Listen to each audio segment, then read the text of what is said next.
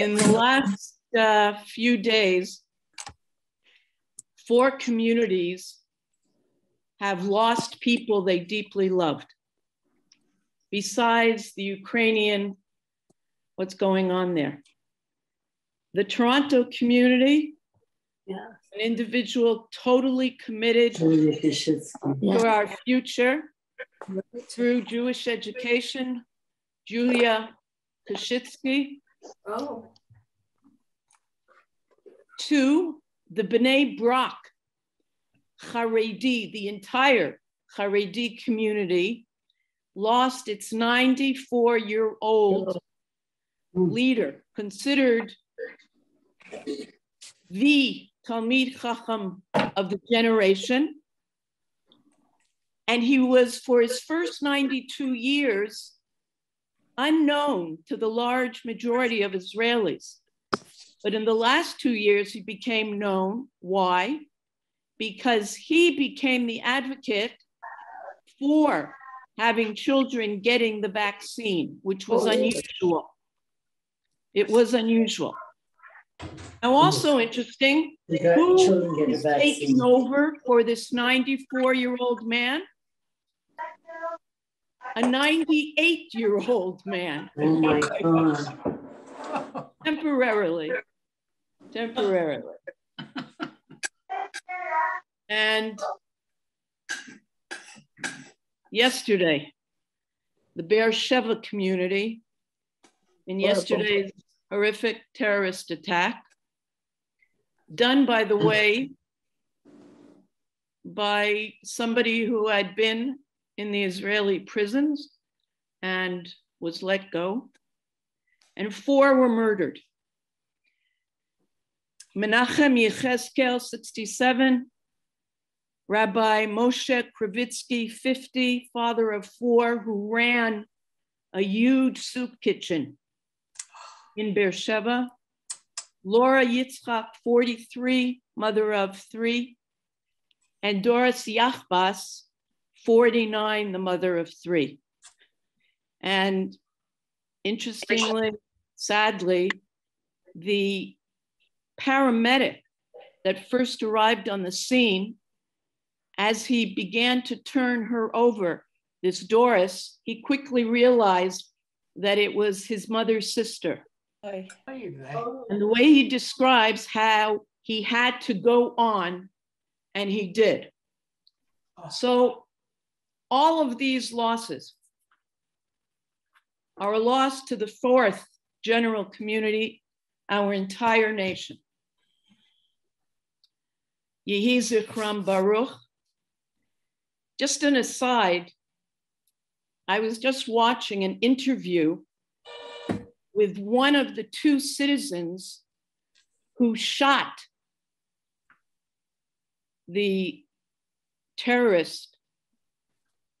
He's a bus driver, only for the last 3 years. He had been in the military as a permanent soldier, and they asked him, how did you feel? And he approached the terrorist who had a knife and tried talking to him for a while. But he could tell that he was looking to attack him, and so he was left with no choice. So the news person thanked him at the end for speaking with her. And it occurred to me, I don't know, but it just struck me whether she could have thanked him also for saving the other lives that were walking outside that shopping center. I don't know. Anyway, but thank God we have many who will continue these people's missions in life. I watched the very moving opening of the field hospital in the Ukraine, the first and only of its kind, a hospital meant to take care of chronically ill people. We're not talking just about people who get wounded, but about 80 Israelis from Sheba Hospital and Schneider Hospital have gone over there. And when you watched it open and then playing the Hatikva, it causes some goosebumps. On that note, is this not, I don't know, surreal that the headlines just said that Putin just talked with Bennett about the Ukraine, but also what did Putin do? He extended his condolences for the terrorist attack yesterday. Go figure. Now, allow the following segue in today's topic. Rabbi Nataf, our thinker, throughout his book, points to the need for unity between the 12 tribes and to the need for differentiating between each tribe, and moreover, suggests we recognize and handle differences within a tribe and within an individual family. And we can all relate to that. This brought home to me last night. I was at a performance that I probably would not have attended if it were not for the fact that my daughter was in it. Now, what do I mean? Each dance student was tasked with composing a piece through movement that reflected something very personal about themselves. Very talented young women, but weird, abstract movements. Not necessarily my thing, but having someone in the family whose thing it definitely is, has thankfully opened me to a world that I never would have known. And that's a message that Nataf, in certain ways, brings home to us. In studying Nataf's final chapter, REUVEN and God, not two characters that we usually talk about, the two lost tribes, it becomes particularly clear how Rav Nataf, like Elliot Rabin and Michael Rosenak, appreciates the realness of our biblical heroes. It strikes me that Nataf is as concerned with the psychological mindsets and hearts of our key characters today, REUVEN, God, and Moshe, God, G-A-D, not Elohim, as he is with the actual details of the Israelites' final days in the desert, the Bamidbar.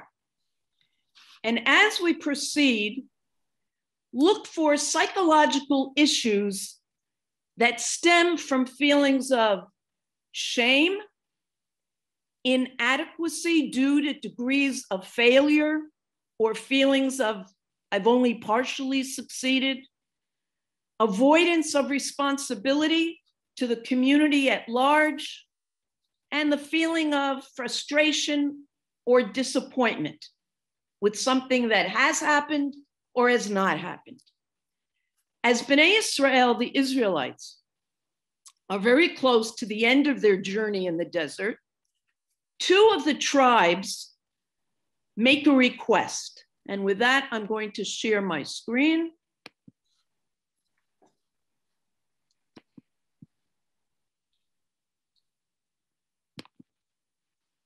Just a sec. Why is it not sharing?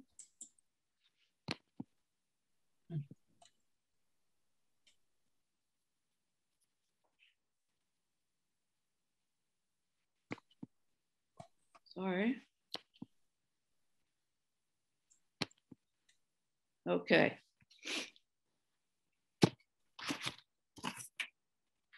And the sons of REUVEN had large possessions of livestock, and the sons of Gad in very great numbers. And they saw the land of Yazer and the land of Gilead, and behold, the place was a place for cattle. This is right on the eastern side of crossing the Jordan. The children of Gad and the children of REUVEN came and they said to Moshe and to Eleazar the Kohen and to the princes of the congregation, saying, the land which God smote before the congregation of Israel is a land for cattle, and your servants have cattle. And they said, if we have found favor in your eyes, let this land be given to your servants for a possession. And then they go on and say, do not bring us over the Jordan. In other words, enter with everybody else. Now, an educated guess, why would they make such a request? What could be their possible motives? Anyone?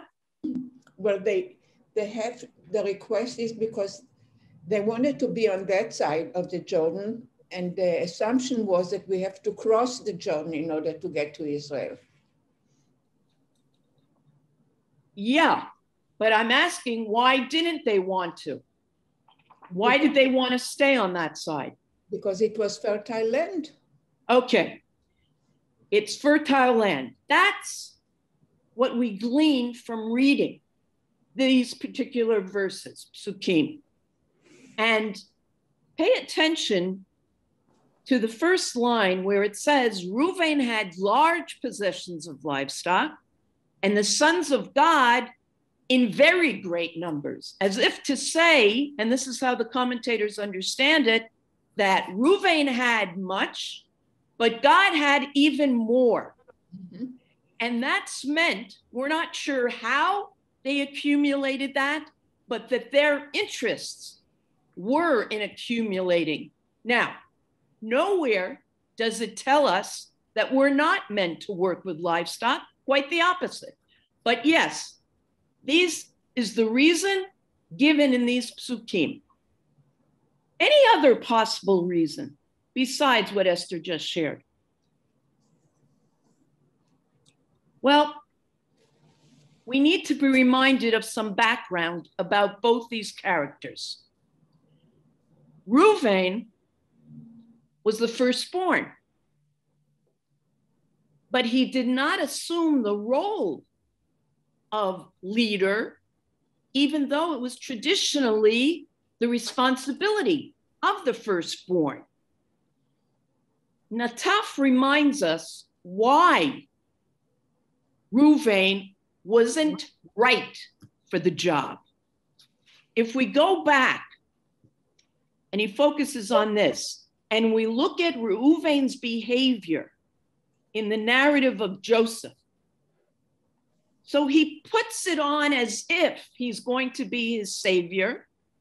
Okay.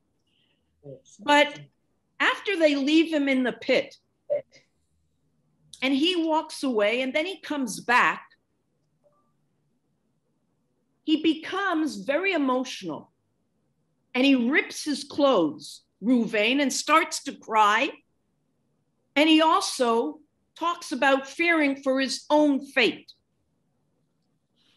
Secondly, when Joseph asks for the brothers to bring Benjamin, so when REUVEN talks to Jacob and wants him to trust them with Binyamin, anybody remember what REUVEN suggests? Yes, he said if we don't come back, Benjamin, then you can kill my children. Like he's going to kill his own grandchildren. That was a ridiculous thing to say. Exactly. Exactly. It was okay. So we see two qualities. Yeah. Thirdly, on his deathbed, Yaakov says to Reuven, as he's distributing blessings to the sons, he refers to him as being as unstable as water. He was known to be reckless, impetuous, and rushed to vent anger. And in fact, Yaakov designates Yehuda to be the leader. Now, Bracha, yes. You mentioned before the idea of shame. And I think a little bit of shame is a sign of leadership. Like I'm looking at Aaron, when Moses told him to go in, like in last week's parasha, Aaron was humble. And the fact that he felt shame about what happened with the egel, to me, it's a sign of leadership. A leader who has no shame at all is not a leader. Well, you're referring to a shame that I think is a little bit different than the shame we're going to talk about when we, in a moment, talk about God. Here, Reuven is not ashamed. He's just not up to leading. He's got feelings, and every leader should be human and have real emotions. But the point is, you can't give in to those emotions. You have to, just as that paramedic acted yesterday, he couldn't show or feel his emotions. A leader is meant to know when he has to act and put on blinders. Now, that doesn't mean he shouldn't be thinking or feeling, but at that moment, he can't fall apart. Can't fall apart. You count on that from leaders. Now, so having just heard a bit about Reuven now, what would you assume he would do once he's no longer designated? He or anybody else who was in a position, whether because they're firstborn or for another reason now in our times, but that role is taken away from him. What do you think that person would end up doing, not doing, vis-a-vis the community he's a part of? He would probably want to withdraw and isolate. Okay. Rebel. And look after his own interests. Okay, so these are all three good possibilities. And in fact, Reuven and then his descendants, you see throughout the Midbar, are on a slow but steady decline in their behavior and in their attachment with the overall masses of the Israelites. By the way, I think it was 2 weeks ago when we talked about Korach and the rebellion, and he was interested in the priesthood. Remember, there were two characters, and they are sons of the Reuben tribe, Datam and Aviram. And remember, they were rebelling because they wanted the power. They were looking to rid the Israelites of any hierarchy. And they resented Moshe and Aaron having the powers that they had. Now, Nataf suggests that jealousy wasn't the crucial factor here. It wasn't just that Reuven and his descendants were jealous of the power that Moshe had. Can anybody think of what other reason they would want to distance themselves Not just I'm jealous, so I can't have that position, so I'm leaving. But what else might have gone on inside of them every time they saw Moshe? A very natural feeling. When I see somebody who is in a position of doing something that I wanted to do, that reminds me of my inability to do it, as REUVEN proved that he was. So it could be either resentment or self-preservation. Okay, and they don't have to be mutually exclusive, but Nataf feels, to give them the benefit of the doubt, that it wasn't just jealousy, but it was a matter of resentment, but it was a matter of them looking at themselves and constantly being reminded, I blew it at one time. I blew it. Now, that sometimes is cause for somebody to withdraw from a particular community sometimes and go somewhere else. So that's one suggestion of why REUVEN, besides the cattle, might not have wanted to continue on with the rest of Bnei Israel. Take your vitamin and make sure you do your chair and counter exercises. Okay, please mute. Please mute. And Rabbi Nataf says very briefly in text number 2, not everyone is born for leadership, but everyone is born to fulfill a meaningful role. Figuring out that role can be a lifelong project, but dropping out is simply not an option. Now, he puts this paragraph and others like it right in the middle of him talking about the details of the desert narrative, because particularly in this chapter, he is looking for us to uncover qualities and patterns and human traits that still are with us today. And there are 2 messages here in these short 2 sentences. Not everybody can be a leader, but that doesn't make another task less important. We each need each other to create the society that we would like to create. It maybe takes a long, long time till you fill or figure out what your role is, but everybody's got to feel that they have a role. Yeah. That's basic in order to give meaning, whatever that role is. Okay, now God, G-A-D. God, we said earlier, was known to be totally devoted to materialism. And these livestock, as we said, he had even more than REUVEN.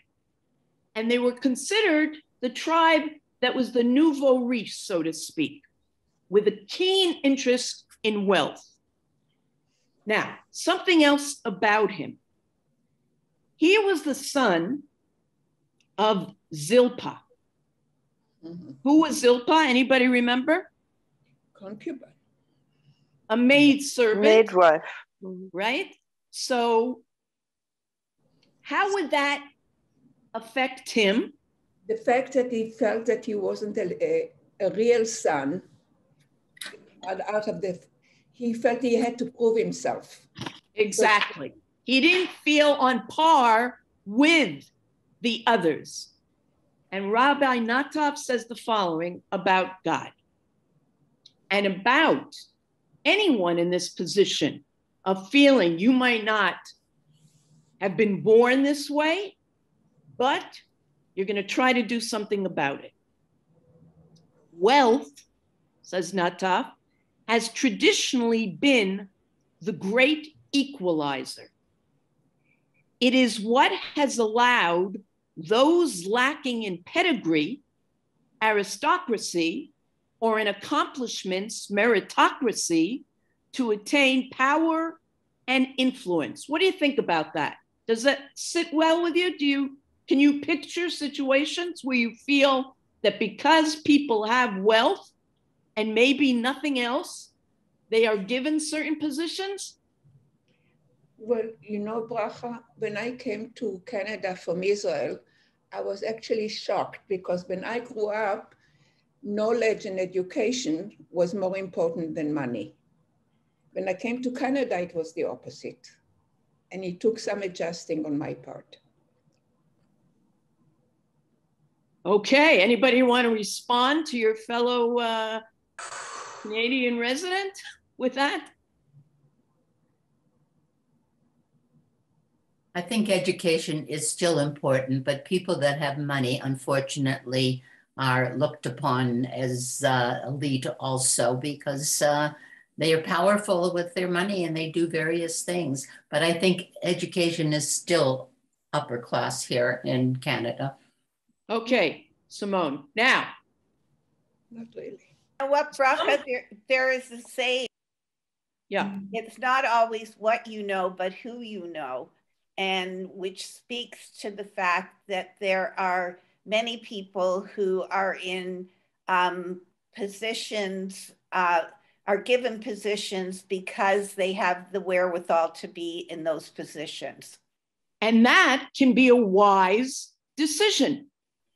You know, if they're using their monies for just and for worthy causes, we need it.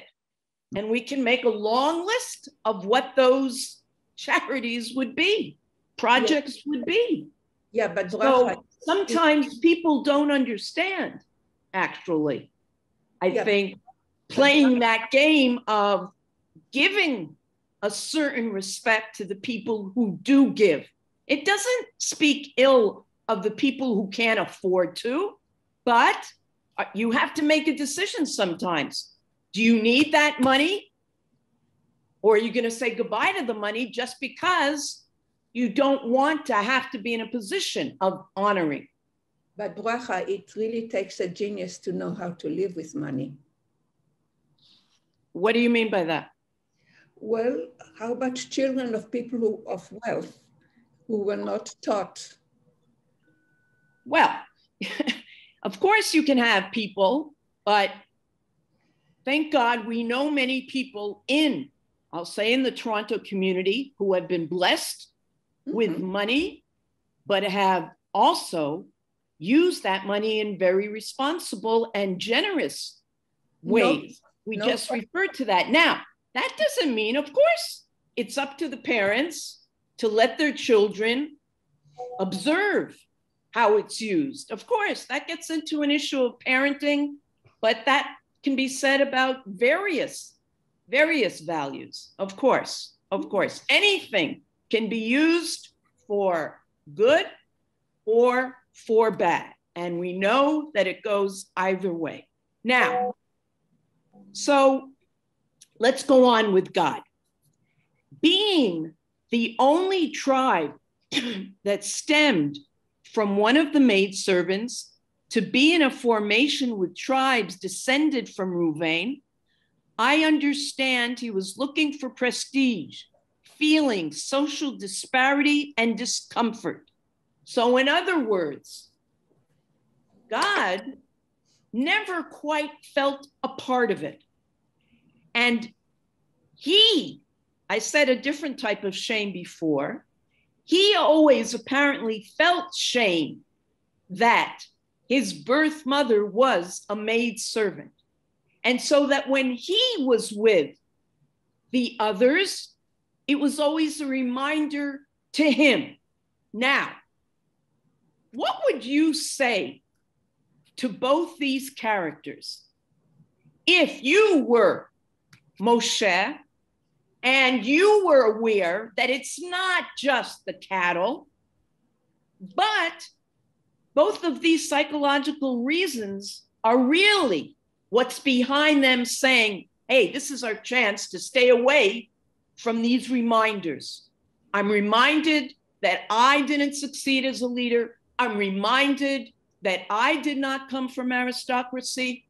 What would you answer them as you're about to enter the land? Anybody? I think Moses did the right thing. He was sensitive to their request, but also reminded them of their obligation. Okay, anybody else? But he's referring to it now in talking about their desire for the cattle. I'm saying, have in your head these two reasons that I've given you through Nataf, and could you speak to them knowing this? The shame, the feeling of incompetency as a leader. Bracha, I think sometimes if you know where a person is coming from, Yep. you have to deflect some of those inner feelings that they have. And probably the best way is to really speak to them and speak to them about the strengths and what they can bring to, let's say, your organization or your community. Yeah. And at the end of today's session, we will see that Nataf speaks to that. I want to hold off on that, but yes, you wouldn't necessarily say, oh, I get it, and okay. You wouldn't do that with the child if you want to see the child go on and not let them stay back because of something that's paralyzing them. Anybody else? Thank you, Marlene. Okay, so let's see how Moshe reacts. And Moshe said to the sons of God and the sons of REUVEN, shall your brothers go out to battle while you settle here? Because there is going to be fighting. Why would you, he goes on to ask, dishearten Bnei Israel from crossing over to the land which God has given them? And now, what does he go on to do? He really lays into them. Thus your fathers did. What is he referring to? The spies. This is reminding him of that case about 38 years ago when the first generation sent the spies and they reported back as they did. They went up. I sent them from Kadesh Barnea to see the land. They went up to the Vadi of Eshkol and they saw the land and they disheartened Bnei Israel that they should not go into the land which God had given them.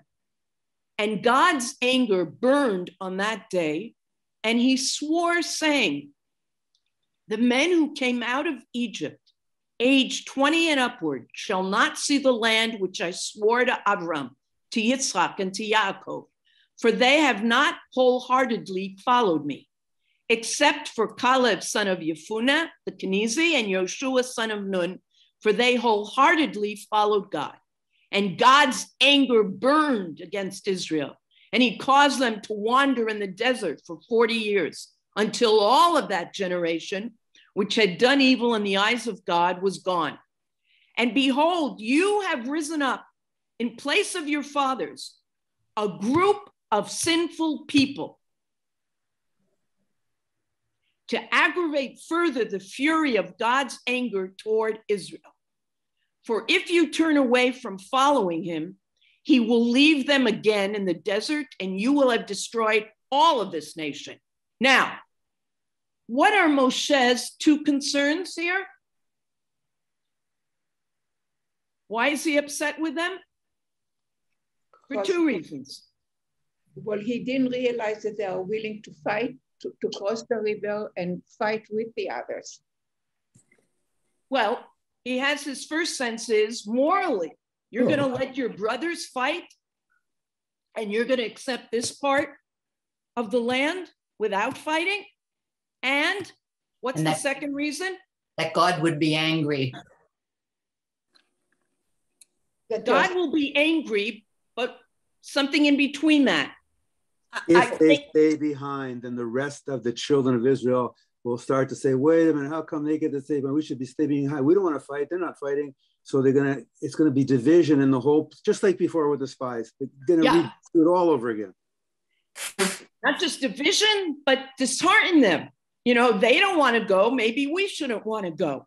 You know that people can have an influence. Why isn't he going? Why isn't she going? Okay, now, there's an additional concern that Moshe has. And let's see if you can pick it up in these next psukim. So Moshe says that to Reuven and God, and then they stepped up to him and said, now pay close attention to the wording. We will build here sheepfolds for our flocks, and towns for our children. And we will hasten as shock troops in the van of the Israelites until we have established them in their home. So they are saying that they will fight. They're not looking to get out of the fighting. While our children stay in the fortified towns because of the inhabitants of the land. We will not return to our homes until Bnei Israel, every one of them, are in possession of their portion. But we will not have a share with them in the territory beyond the Jordan, for we have received our share here on the east side of the Jordan. Moshe said to them, if you do this, if you go to battle as shock troops at the instance of God, and every shock fighter among you crosses the Jordan at the instance of God, has personally dispossessed the enemies, and the land has been subdued at the instance of God, and then you return, you shall be clear before God and before Israel, and this land shall be your holding under God. But if you do not do so, you will have sinned against God, and know that your sin will overtake you. Build towns for your children and sheepfolds for your flocks, but do what you have promised. The Gadites and the Reubenites answered Moshe, your servants will do as my Lord commands. Our children, our wives, our flocks, and all our livestock will stay behind the towns of Gilead, while your servants, all those recruited for war, cross over at the instance of God to engage in battle as my Lord orders. Now, I'm asking you, what is Moshe's third concern here? Now, if you need to, I'm going to ask you to take a moment to reread the first paragraph there in text number 5. Because there's a switch in something. At the very beginning, the tribe of Gad and Reuven, they said, we'll build sheepfolds for our flocks and then towns for our children. The flocks were more important. When Moses answers them, he says, you'll build towns for your children and then sheepfolds for your flocks. So he said your priorities are mixed up. You take care of your family first, and then your business second. Exactly. Exactly what Michael said, in that besides the first two concerns, Moshe doesn't trust that they even forget about Israel. That these are people that you can rely on to have their priorities straight. Because exactly as Michael said, they first refer to protecting their sheep and then their children. And then Moshe corrects that with the order of the words, but his fears are still there, Now, what do you think of Moshe's response? It's harsh.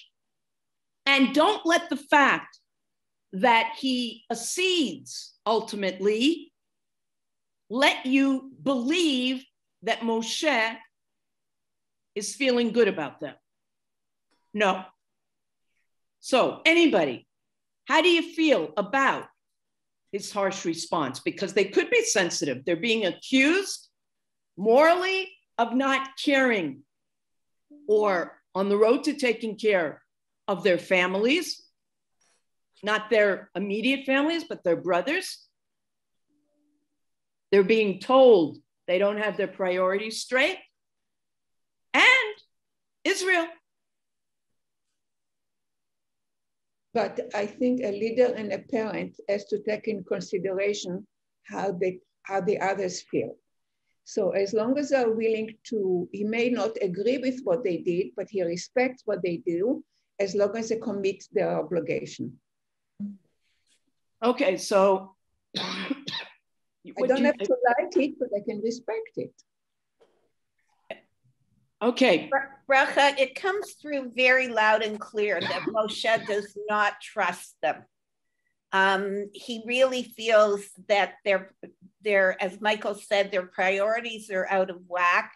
And if this is the way they think, how do I know that even though they tell me they're going to do something, that they are actually going to do it? Yeah, absolutely. On the other hand, go ahead, Michael. I think that this is showing me how incredibly fair Moses is. Like, even though he may not have a gut feeling this is good, he's willing to listen to the people and say, you know what, okay, if you do that, then I'll go along with you. How many leaders would do that? They just say, that's it, no. But he listens. And this isn't the only example, there are many more, where he shows he's fair and he listens and he's willing to negotiate. I think that's an amazing trait of his. Yeah. Okay, Gloria, were you raising your hand? Yes, I was. Moses is a very wise man and he makes very good decisions. Other side of the coin, I wonder if he was thinking to himself, if I absolutely insist that no, I will not give you permission to stay here, you're with your brothers, we all go together. This is the group that may again cause trouble amongst the rest of the ranks and create all kinds of anger and people saying, yeah, here we are again. The same thing that happened to our ancestors is going to happen to us again because we listened. We should have stayed where we were. It was a better place than where we don't know what we're going to get ourselves into. I think this way, although he wasn't happy with the compromise, and he's hoping that his compromise will come to fruition if they really need their help and they come across and lend aid to their brothers and stay as they promised until everybody is settled and in their own homes and peace is returned, and then they'll go back to their own place. I don't know in his mind if he really felt that when push comes to shove that they would actually do this, but this was a better compromise than saying, no, you must come. That's the way I feel. Yeah, possibility. Although I have to say that some have said that as opposed to the spies who we remember were leaders in each of their tribes, remember that Gad and Reuven were not leaders. So they're not sure how much of an influence anyway they would have had if they did try to dissuade. But I think you're suggesting that Moshe had his reasons for doing this is certainly a definite possibility. Imagine, yes? All the time that we've been reading this, I keep thinking of the book of Ruth and Elimelech in the book of Ruth, who actually was separating himself from the community. And here they are, Reuven and Gad, who are doing exactly the same thing. Yeah. What's the only difference, though? Perhaps that Elimelech was considered the mayor of the town. He was a leader. Yeah. But as the leaders, I assume that the leaders of the tribe, the two tribes were were the people that were speaking Okay. with Moshe. Okay. Yeah. Okay, but it is the same case that you have people, and even if they are not mayors of the town, shouldn't the family connection be enough of a reason to say, we're not going to let you down now. We're all in this together. Now, I'd like us, yes? I don't think they separated themselves. They said we are still part of the same family and we'll fulfill our obligation. Okay, but does that sound like the ideal situation? We're not going to let you down. If you need us, call us, even though you're in Toronto and I'm in Hawaii, right? We'll be there for you. That's not the ideal. Sometimes that happens. We know that that happens, but that's not the ideal. You hope that there'll be more of a connection than that, than just when you're in need. Now, Nataf, in the same way that he wanted to look at the emotions, the feelings of REUVEN and God, he does so also with Moshe Rabbeinu. Imagine the feelings that must have come over Moshe when he sees these two tribes spurning the privilege denied to him, but given to them to enter the land. What he must be feeling, you can go in. We've been working toward this for over 40 years. I can't, darn it, but you can. And I'm sure we've all had experiences like that, that somebody doesn't take advantage of something that they should jump at, and we feel terrible because it's not there for us.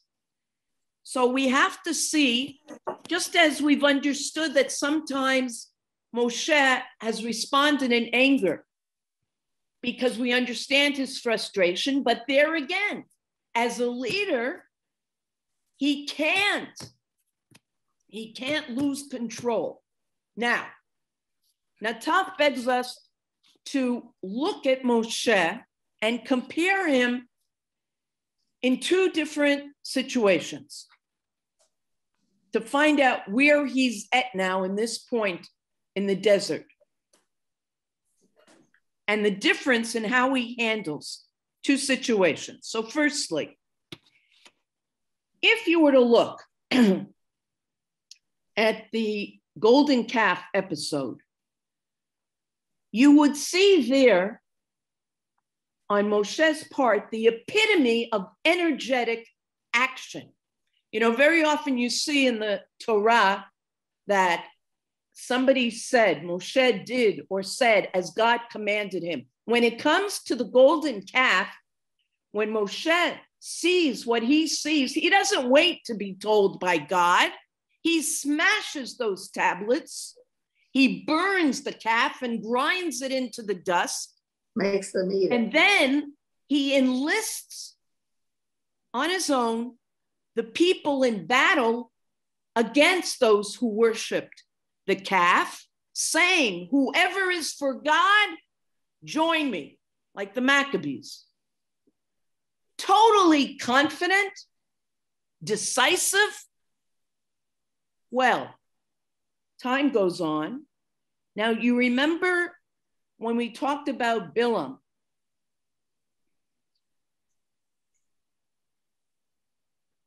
Bilam advised the Moabites, the Midianites, to entice the Israelite men into having relations with their women. And that led to sinning and to plague after plague at Baal Por. Well, if you look at how Moshe conducted himself, totally different from his behavior at Egel HaZahab, the golden calf. He does not initiate an immediate response on his own. He acts only in response to God's command. And even then, he passes the command to the lower echelons, the judges of Israel. And all that he does is weep. His leadership is now at a point where it is in deep paralysis. Now, does that surprise us? Not really, Bracha, because I compare it to when Aaron's two sons died, and it says Vaidom, and he was quiet. In other words, it's not that he wasn't mourning, it's not that he wasn't maybe hurt and angry, but he controlled himself as the leader to follow and do what he had to do. Okay, I make Aaron. a comparison, yeah. So I make a comparison between Moses and Aaron, that you control your anger if you are a leader and you have things that you have to be responsible for. Okay, but Nataf, when he brings this, you know, we already said that a leader can't be in a position where he's going to break down. Yeah. But Moshe goes to the extreme of him not responding anymore. Now that's creating the picture that we have of Moshe as he's coming toward the end of his life. He is overwhelmed with disappointment, but more so than that, let's look here from the Midrash. I don't understand why it's different with Aaron controlling and not showing his emotion. To me, there is because Moshe needed to act here. Bnei Israel were guilty of having sinned, and they still needed a leader to point them in the right direction and punish them. Yeah. And Moshe, where he had done that, was no longer able to do that. Okay.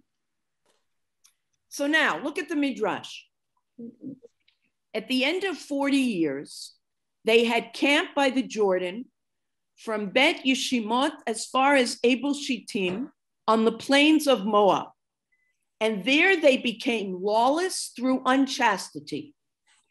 And they weakened Moses and the righteous who were with him, and they were crying.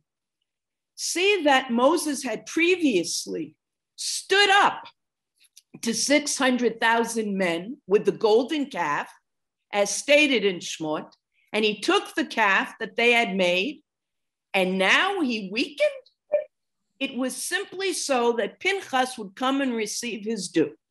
Moreover, because Moses had been indolent in the execution of justice, no one knows his burial place.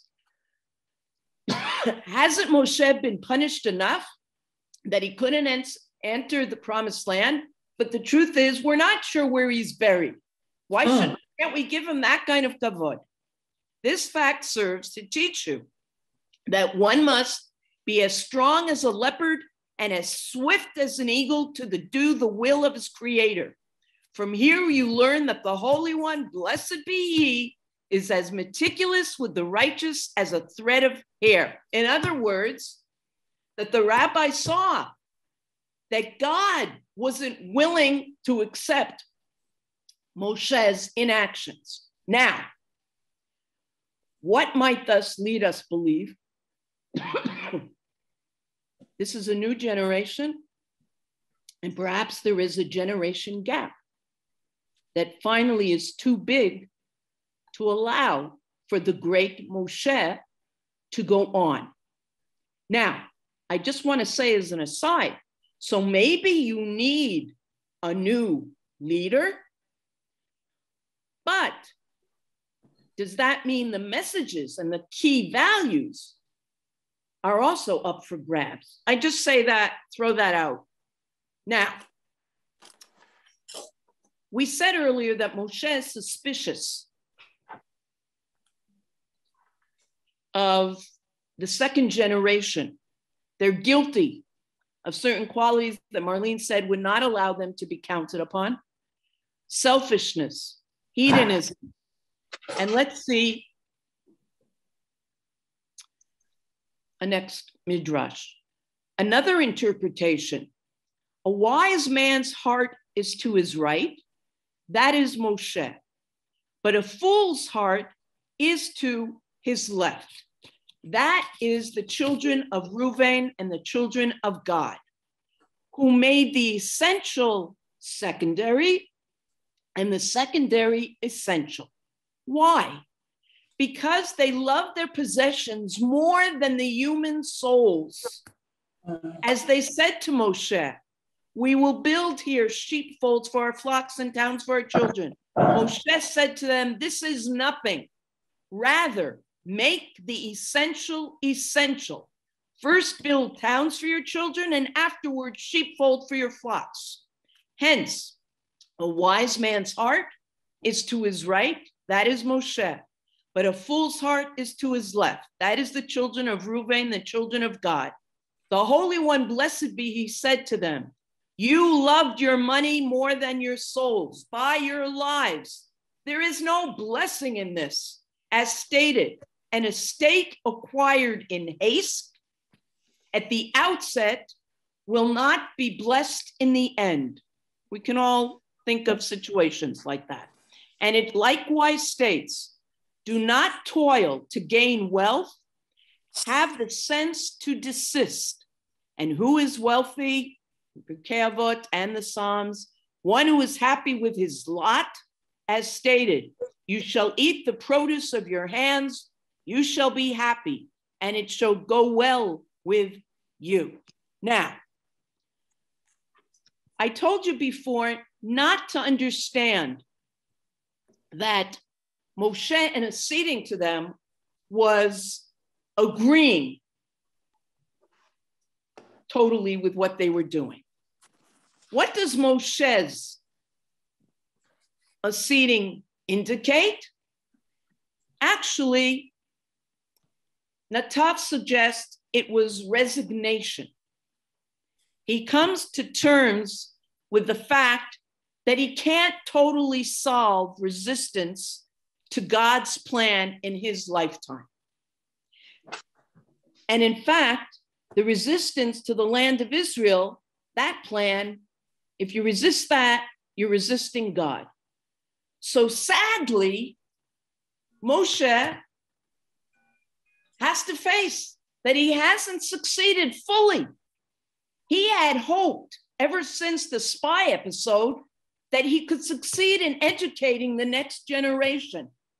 But he sees, yes, the majority are entering the land. But even to have these two tribes not be on board hurts him. Secondly, Nataf says, when he allows for them to split themselves off from the rest of the Israelites, they're doing themselves in. They might think that they're going to benefit from this fertile land, but there are going to be problems, personal problems, religious problems, individual problems by distancing themselves from the general population of Israel. They're going to be on their own, and that's not a pleasant place to be. And Rav Moshe Lichtenstein says the following as a kind of concluding assessment. The despair and anger in these verses stem not only from Moshe's disappointment with the values of God and Reuven, but also from the shattering of his expectations for this generation, whom he had raised and guided. They had grown up in an atmosphere of holiness and the divine shadow. But with the passage of time, the generation in whose upbringing he invested so much has turned out to be obsessed with the pursuit of pleasure and comfort. And that's fine, but not if it's an obsession. Repeating the sins of their fathers instead of fulfilling their destiny to be a holy people dwelling under God's protection. So we understand where Moshe is at, and why he's out. Now, as I said at the beginning, Nataf in particular, in this chapter, points to psychological issues and feelings that he feels we can learn and take with us today. And here's what we'll conclude with: a pragmatic lesson that he feels we should glean from this episode. What is he upset with Gad and Reuven for? Reuven and Gad came to their tragic preference for Transjordan due to discomfort with their God-given positions. Shame and incompetency as a leader. Reuven didn't know how to be a firstborn who was unequipped to be a leader. God didn't know how to be in a group where it would be disadvantaged because of its lack of pedigree. We are all challenged by situations that are not of our choosing. Some are born into families into which they don't fit. Others find themselves with responsibilities they wish they didn't have. Still others are stuck with an image that they would prefer to dispel. There are many things that can be changed and many others that cannot. One's adaptation to undesired, unavoidable circumstances is often the most significant factor in his success. We are all familiar with stories that illustrate this point. Crippled athletes or wounded veterans who find new careers with passion and enthusiasm, to name but two. So what should Moshe's fourth concern be? Reuven and God's predicaments are actually the stuff of everyday life. Their tragedy is really the tragedy of all who become defined by their circumstances. It is our task to take control of our lives regardless of the situation in which we find ourselves. Ultimately, the failure of Gad and Reuven is that they neither coped nor adapted. And that's that. So, anybody want to share any thoughts about that? I find that ending interesting.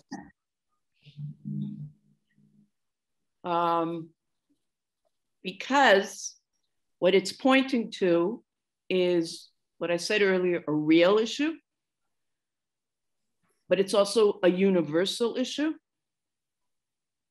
meaning that as we come to the end of this part of our series and talking about Jewish biblical heroes, that we see that they shed light